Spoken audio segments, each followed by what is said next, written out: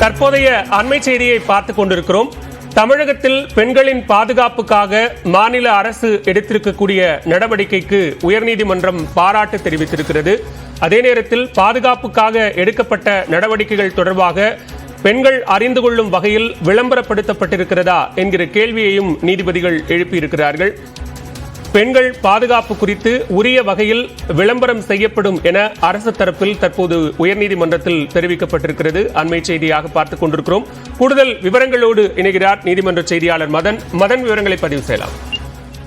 தமிழகத்தில் உள்ள பிரதான பேருந்து நிலையம் மற்றும் ரயில் நிலையங்களில் பெண்களுக்கான அந்த காவல் நிலையத்துடன் கூடிய பாதுகாப்பு மண்டலம் உருவாக்க வேண்டும் என்றும் மற்றும் பணி கல்வி நிமித்தமாக நள்ளிரவு நேரங்களில் பேருந்து மற்றும் ரயில் நிலையம் வரும் பெண்களுக்கு தங்குவதற்கு பாதுகாப்புடன் கூடிய விடுதிகளை அமைக்க வேண்டும் என்றுதான் சென்னை உயர்நீதிமன்றத்தில் பெண் வழக்கறிஞர் சிலர் கூட்டாக பொதுநல வழக்கு தொடர்ந்தார்கள்.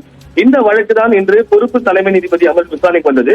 அப்போது இன்று தமிழக அரசை பொறுத்தவரைக்கும் தமிழகத்தில் பெண்கள் பாதுகாப்புக்காக ஏற்கனவே தமிழக அரசு எடுத்து வந்த நடவடிக்கைகள் என்னென்ன செய்யப்பட்டுள்ளது என்பது தொடர்பான அந்த அறிக்கையை ஏற்க தாக்கல் செய்தார்கள்.